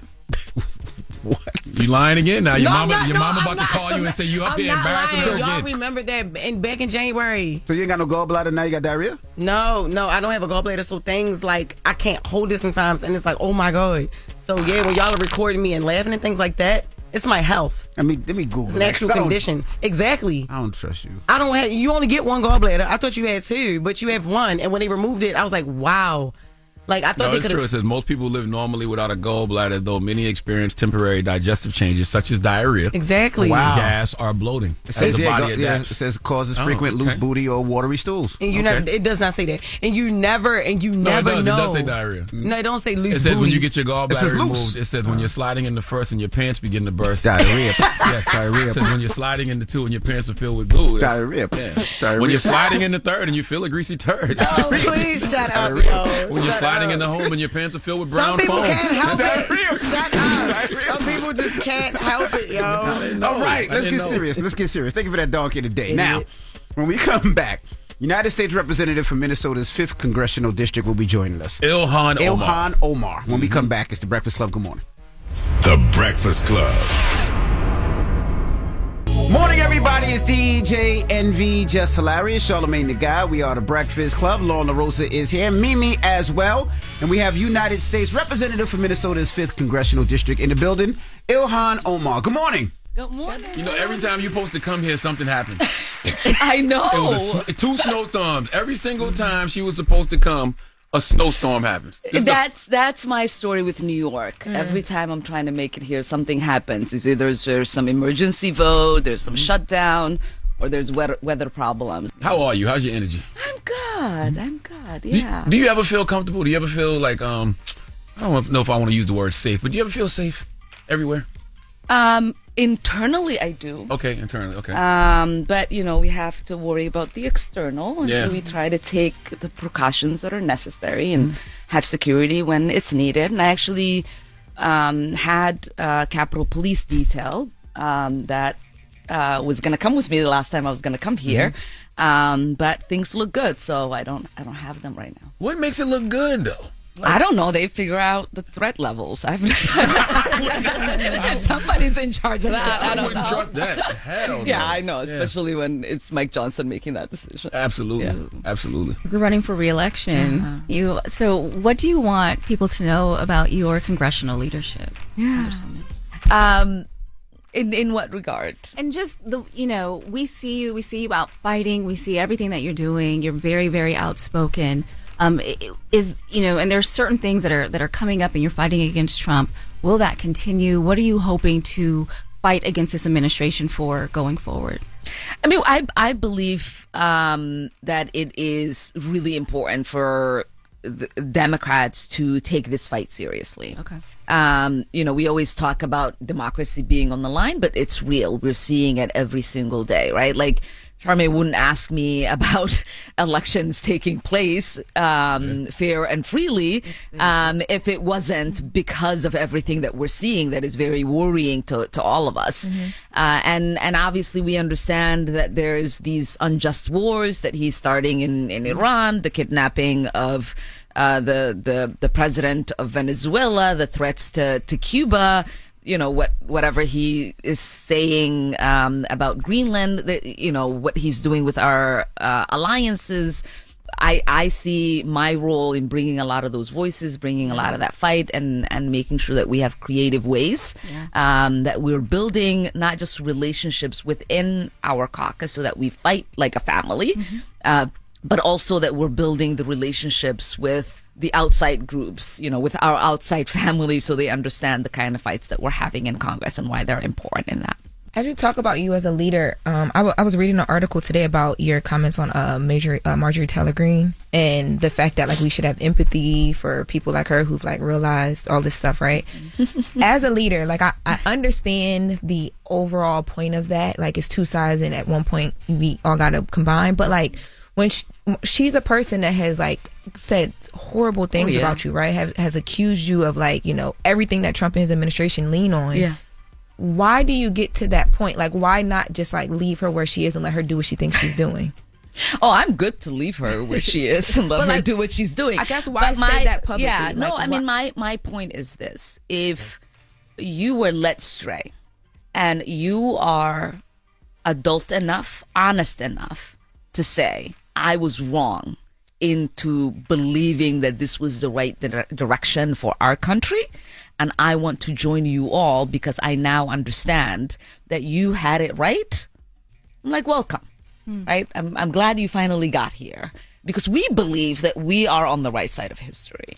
And so if, this person that was leading this mega movement that has been about division, that has been about conspiracy theories, that has been about, figuring out who is American and who, is not, depending on what their political opinions were, is now saying, no, actually the person who made us believe and called us to this movement is the person who is un-American, who is the person who doesn't want the best interest for all Americans in this country. And I want to join those that I now understand want the best for all of us.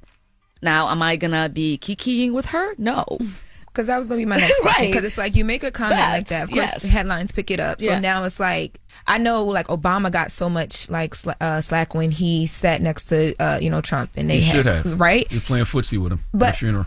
But my point is if you make comments like this and then they pick up, and then you do see her out and about, and she wants to have these conversations, and it's positive and she smiles, how do you avoid that when you've kind of opened the door for her to try and do things publicly be seen meshing and that's not the message you want to send. Yeah, I mean, I think there is a difference between saying you have a change of heart politically and your policy point views now align with mine, then saying you just hate who I hate and we're friends now, or I'm just going to be cordial because we're in public and I'm just going to like greet you normally.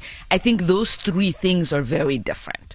What I'm saying is that politically and policy-wise, where she has arrived, it's not much different than what we have been calling for all along.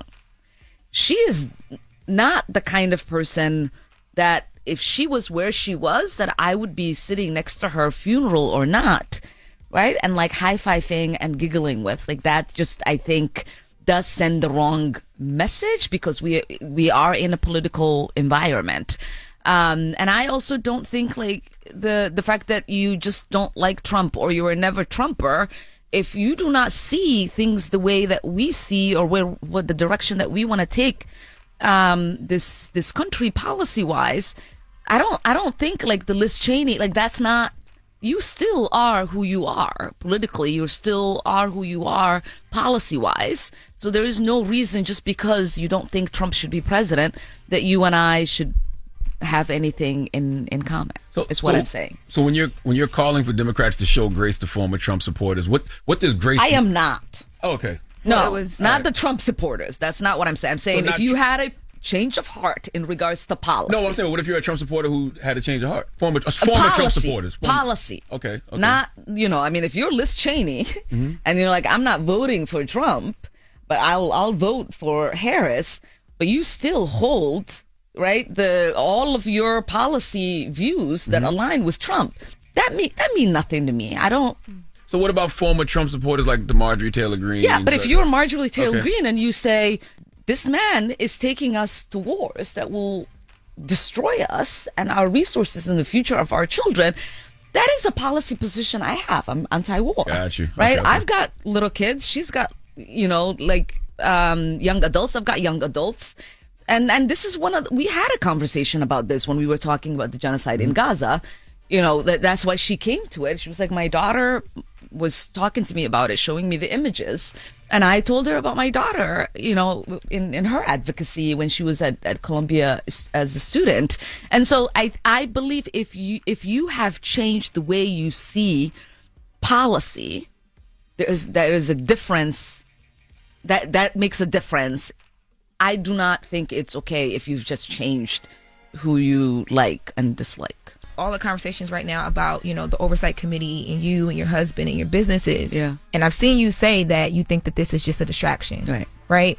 But like when things like that happen, it's like, but those same people are the people you're telling us to have empathy for and want to go have conversations with. Like people on the other side who are suggesting that you be investigated. Yeah. Listen, suggest all you want. Please investigate all you want. Right. Like to me, I'm not like I'm above the law and how dare you, I understand politics. I understand what these people have to do in order to like feed their base. The other day was listening to somebody who I've traveled with, who have met his wife, who, we spend a whole week doing a Codel together.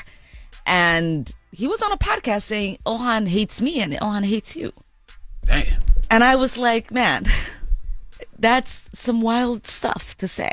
But I realized, I realized that he was on this, right? Like he was on this podcast and like that was like his way of, let me get some click, right?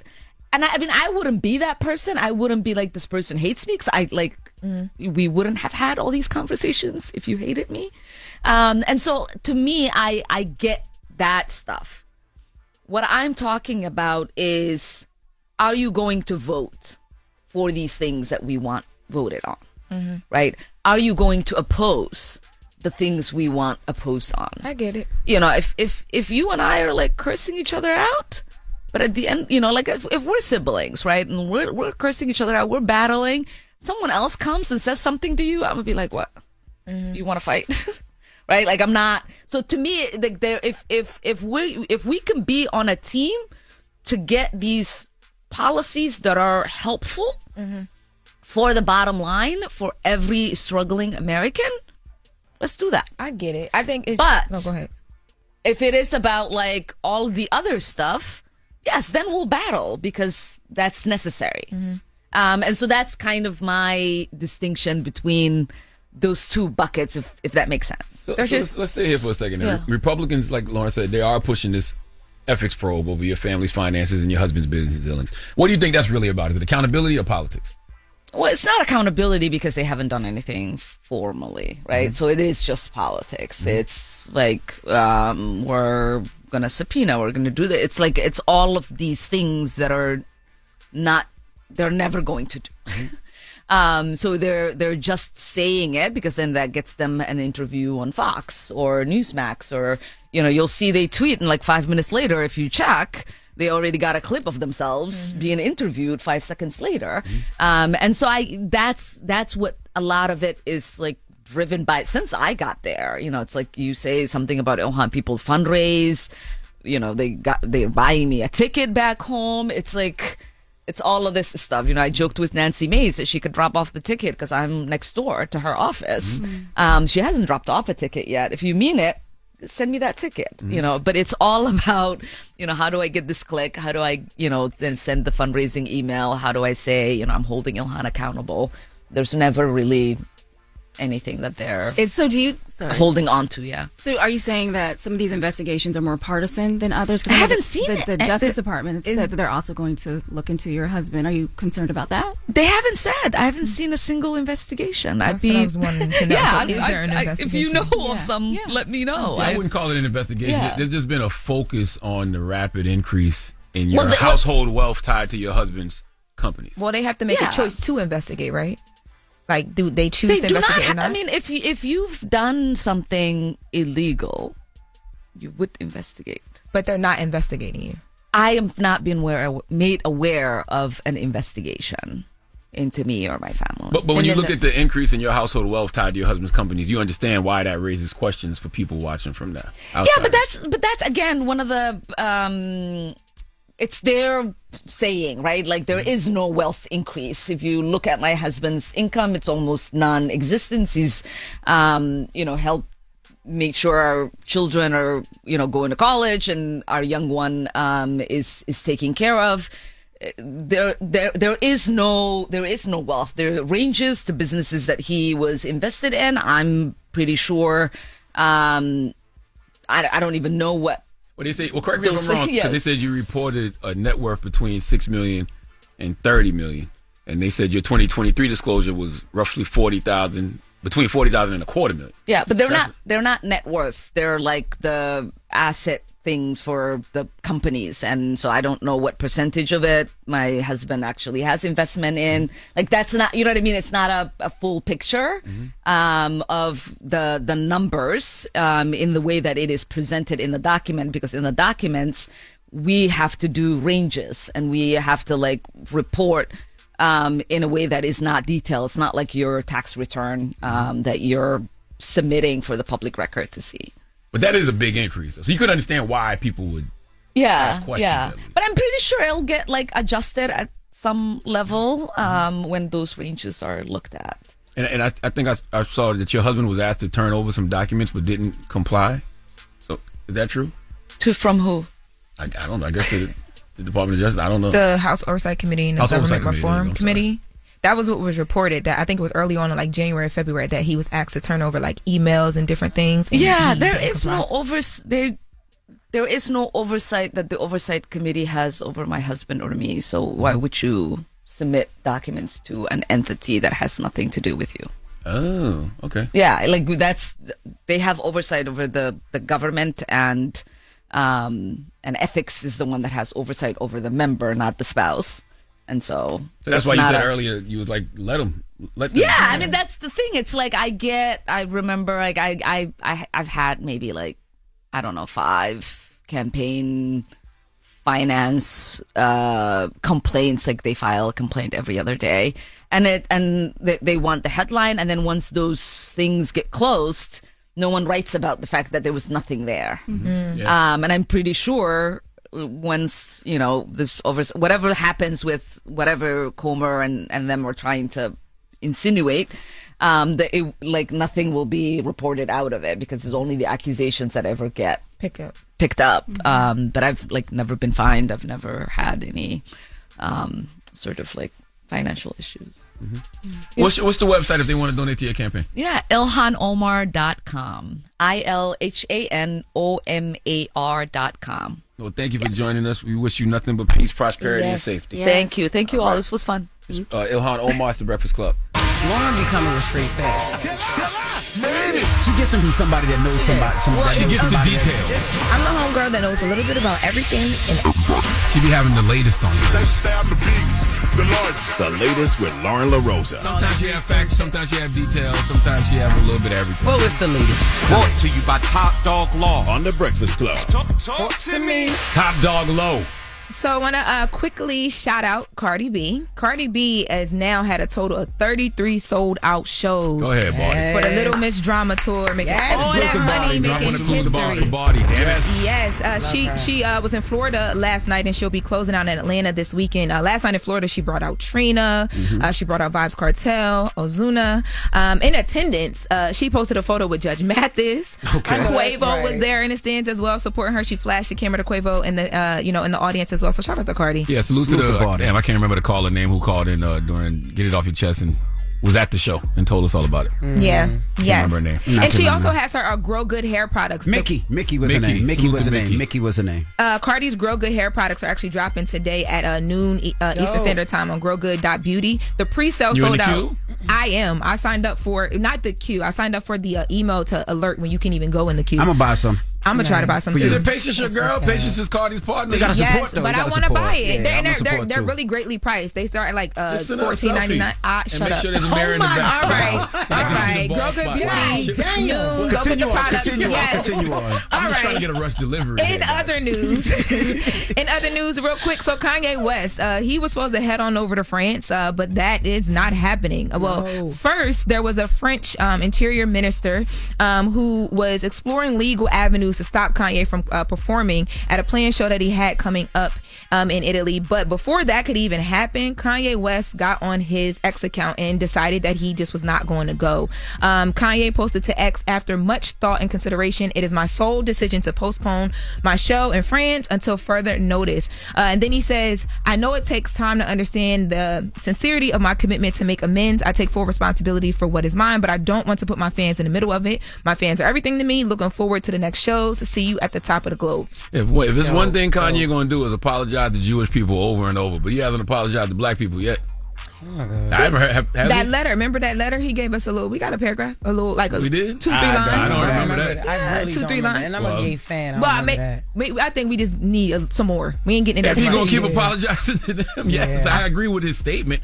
But yes, you heard a lot of people. Yeah. I wonder if there was any international artist that ever said some racist statements and then came here and performed, because it seems like we don't care. We let anybody come in and perform, but the fact that France government is saying nah, that's different. Damn. Yeah. Well, he has other shows that are supposed to happen, outside of this one. So we'll see what happens with those shows as well. And speaking of, artists, so we talked about King Harris, the son of T.I., being pulled over by police and arrested in Georgia, right? Now there's new body cam footage that has been released, and T.I. actually came to the scene trying to just take King home. Let's take a listen to King Harris being pulled over by the police in Gwinnett County, Georgia. Do you mind stepping out and we're going to talk right here real quick back here? About what? You need to step out of the vehicle. Step out for what? So there's a firearm in this vehicle. You're already speeding. You don't have anything on you. I'm separating you from the firearm. All right. Are you going to get out of the car or not? Tell me why. I already told you why. You didn't Pennsylvania versus Mims. Are you getting out or not? You're not telling me why. If you do not get out of the car, you'll be arrested for obstruction. All right. If you do not get out of the car, you will be arrested for obstruction. I don't feel safe. Let me call my lawyer, man. But you're not even under arrest right now. You're still just detained. Stay in my car. Hey, Quinn. So I'm pulled over right now, and they telling me I got to get out the car for what reason? Because we're going to have a conversation back at the back of the car. They want to have a conversation. You need to get out of the car. Doesn't matter why. But you are under arrest at this point. So you need to get out of your car right now. Okay. All right. So this make y'all feel tough. I'm excited. What happened at home with y'all? What y'all so upset about? All right. Who are we calling? American Deli. There's a lot of us. American Deli. 70-50. American Deli. Now hang my phone up and lock my phone. All right. So what you guys are hearing is once they place King into the handcuffs and put him in the car, they allow him to call someone to come get his car. So they're trying to give instructions. Now, while King is in that car, and we talked yesterday about the fact that, they said that they wanted to remove him from the car because there was a gun on the dashboard, but he refused to get out. T.I. arrives to the scene. Let's take a listen to T.I. when he pulls up. Hey, how's it going? My son detained. Yes, sir. He's currently under arrest for obstruction. Okay. As well as a variety of other traffic charges. Yeah, he was caught doing 70 in a 45. He was instructed to step out of the vehicle because there was a firearm on the dashboard, and we wanted to separate him from that, and he refused. Did he express his fear for safety? We got to be safe too. He's right there with a gun. Right. Understood. Yeah, I don't know. So there's absolutely no way to resolve this. No, he was told multiple times that he needed to get out of the vehicle. He was even told that, according to Supreme Court case law, he is required to exit a vehicle when he is requested to do so by a law enforcement officer. Pennsylvania versus Memph, he stated that, he doesn't have to, he doesn't want to. And it wasn't until his lawyer called him back and said, you need to get out of the car right now. He got out of the car, was placed under arrest. I know people might say King should have just gotten out the car, but we all know how it feels to be blackanoid, which is black and paranoid in America. And King did say he didn't feel safe. So I understand that. But I also know that talking to cops like that ain't going well either. But you got to know the law, too. If you're talking law, you got to know law, right? So if you're doing something which is a violation, which is doing 70 in a 45, you have a firearm in your car, right? And the police are saying, hey, we need you to step out the car because we want to separate you from the firearm. You weren't being arrested at that point. You were being detained. Yeah, but you still, I can still understand his fear. You know what I'm saying? You in the car by yourself. You got a gun on the hood. You got two officers right there. I can understand his fear of not wanting to get out the car. Yeah. I can understand him saying he doesn't feel safe. And then why? And then the second time he asked him, why am I being arrested, when he was on the phone with whoever Quinn was, and he was like, oh, because we want to have a conversation with you in the back. Well, that sounded a little crazy. They quoted a law that said that he had to get out the car, and then you hear King's attorney basically tell him they're not lying to you, like that is a law. So then he gets out the car. But yeah, they already told me he was under arrest. Yes, at that point because he had refused. Yeah, so I get paranoid just watching the video like that. Yeah, of course. You know what I'm saying? Or just like, listening. The audio just sounds crazy. So yeah, especially when there's a firearm anywhere in the midst of anything and there's police there. I got nervous too. My pops always used to say, you can fight in the court, but you can't fight the police officer right then and there. The whole priority is to make it home, right? You make it home, we could fight. But if you can't make it home, we can't do anything about it. Yes. Well, that is the latest. Brought to you by Top Dog Law. Any accident, big or small, call Top Dog Law. Oh, and I also want to tell y'all, man, April 25th, 4th annual Black Effect Podcast Festival is happening in Atlanta, Georgia at Pullman Yards, hosted by DJ Envy and Loren LoRosa. Make sure you go get your tickets. Drink Champs is going to be on that stage. The Grits and Eggs podcast with Deontay Kyle and Ice Cup Cat will be on that stage. Mona with the Don't Call Me White Girl podcast. So go get your tickets, blackeffect.com/podcast festival. We less than 2 weeks away, baby. Yeah, y'all got your outfits? That came up so quick. That's very in 10 fast. days. 10 days, that's right. Damn, that came up so quick. I'm All excited. Right. It's the Breakfast Club. Good morning. Morning, everybody. It's DJ NV, Jess Hilarious, Charlamagne the Guy. We are the Breakfast Club. Now we got a salute to Emma Grede for joining us today. Salute to Emma Grede, man. Her new book, Start With Yourself, A New Vision for Work and Life. Yes, and salute to everybody I'm going to see tonight with Emma Grede at Adler Hall, man. It's already sold out, but yeah, we'll be there at 7:30 discussing her book, Start With Yourself, A New Vision for Work and Life. Yep, and also Ilhan Omar, the United States representative for Minnesota's 5th Congressional District. She joined us this morning as well. That's right. And I think we spoke to how long we spoke to Ilhan? For about an hour? That's some shame. We spoke to Emma for a long time as well, but you got to go watch the full interviews on Netflix. That's right. Now I want to salute to the students at Monroe College in Westchester in the Bronx. I had a great conversation with them yesterday about the radio business, getting into radio and just telling them about radio and my story, how I started with radio and what radio means to me, and why radio is so important. A lot of the kids want to get in the industry game, and they don't have too many people that come and speak to them about our industry. So did you tell them how DJ Clue taught you how to DJ? Oh my God! I did tell them about DJ Clue and the story of me learning how to DJ. Yes, yes, we did. We did have that about the apartment. What are you talking about, apartment? What are you talking about? Like when Clue used to come up behind you and put his hand on top of your hand. That never happened. And then put his pelvic into your back and say, do chicka chicka like this. That never happened. Chicka chicka? And how it never used to be in effect when you used to say, envy, envy, envy, envy. Like he was screaming. So again, that never happened. But so salute to the right place. Monroe University faculty and Let me staff. find out that was you talking about Clue. Oh my goodness, Dorothy, thank you so much. That did not happen. You stopped that. Clue don't like when y'all do that. You know that. What? You don't like it. That's a lie. You don't like that. Why? What's wrong? What? You got a positive. I'm giving him his props for putting you on. He's your maker. You know how vampires have a maker? Clue is your maker. He bit you on the neck, and you lived forever as a DJ. And he sucked your blood. Then where did he bite you? Oh. I'm a zombie. You a vampire. I'm a zombie. Oh, damn. You know what? Give me a positive note. Wait a minute, y'all. Wait. Well, who bit you? Yo, nobody bit me. Ew. Okay. Y'all crazy. Rome. We are Anyway, speaking of Rome, I'm dropping my co-parenting memoir, y'all. We are 13 days out. April 28th is when my book drops. Till Death Do We Parent. Got a couple events coming up. April 25th, I'll be at Rutgers University in Newark, New Jersey for Black Writers Week. Get your tickets for that. That starts at 4 p.m. And then 5 days after that, I'll be in Brooklyn, New York for the book launch for my book. April 30th at 7 p.m. at Brooklyn Powerhouse. At Powerhouse Arena. So get your tickets for that at JessHilariousOfficial.com. I'm excited, y'all. Yes, indeed. Got a positive note? I do have a positive note, man. Salute to our videographer, Nick, man. Nick is one of our digital guys. He was in my hometown, Charleston, my birthplace, Charleston, South Carolina. You know, hometown is Mounts Corner, but he was in Charleston, South Carolina, and he went to Hyman Seafood. Salute to all my folks at Hyman Seafood, man. So he bought one of those red cards back from Hyman's. You know, when you walk into Hyman Seafood, they give you the red card, and it says, flip this card over for the good stuff. And it says, persistence. Nothing in the world can take the place of persistence. Talent will not. Nothing is more common than unsuccessful men and women with talent. Genius will not. Unrewarded genius is almost a proverb. Education will not. The world is full of educated derelicts.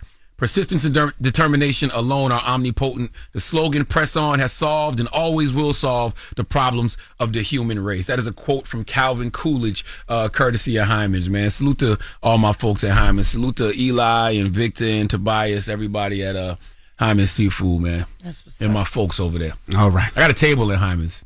Dope. It says, it's not my table, but it says Charlamagne the God sat here. They're my guys. Breakfast Club, bitches. Y'all finished or y'all done? Woke up. Wake you up. Wake that ass up. Program your alarm to Power 105.1 on iHeartRadio.